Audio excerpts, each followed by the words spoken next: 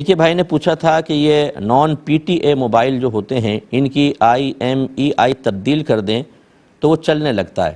یعنی باہر سے جو موبائل آتے ہیں بعض اوقات اس پہ ٹیکس لگتا ہے تو وہ بند ہو جاتے ہیں، کچھ عرصے چلیں گے بند، پہلے آپ ٹیکس بھریں گے پھر وہ اوپن ہوتے ہیں پاکستان میں.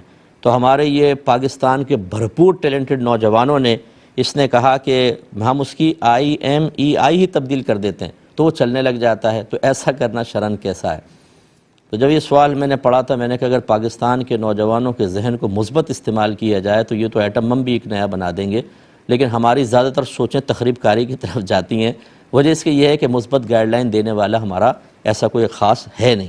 تو خلاصہ کلام یہ ہے کہ بہرحال یہ چونکہ اللیگل ہوتا ہے، گورنمنٹ اس پہ باقاعدہ ٹیکس رکھتی ہے، اس کو ہمیں ادا کرنا چاہیے. اس طرح کی اللیگل ایکٹیویٹیز میں اگر آپ حصہ لے کر تھوڑا سا بینیفٹ حاصل کر بھی لیں گے، اسی سے ہمارے ملک کو نقصان ہوتا ہے.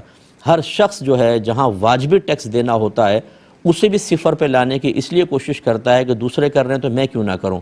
تو پھر آپ کا ملکی نظام کیسے چلے گا؟ ہمیں اپنے ملک کے مستقبل کے فیوچر کے بارے میں سوچنا چاہیے. جو اس وقت ہمارے ملک کی حالت ہے کسی پر مخفی نہیں ہے، اور ہر ایک جڑیں کاٹ کر اپنے ملک کو اور نیچے سے نیچے کرتا چلا جا رہا ہے. کوئی بھی اپنا جو چیز ہوتی ہے اس کے ساتھ ایسا کرتا ہے، اس کے بارے میں تھوڑا سوچیے. بہرحال شرعاً صحیح نہیں ہے.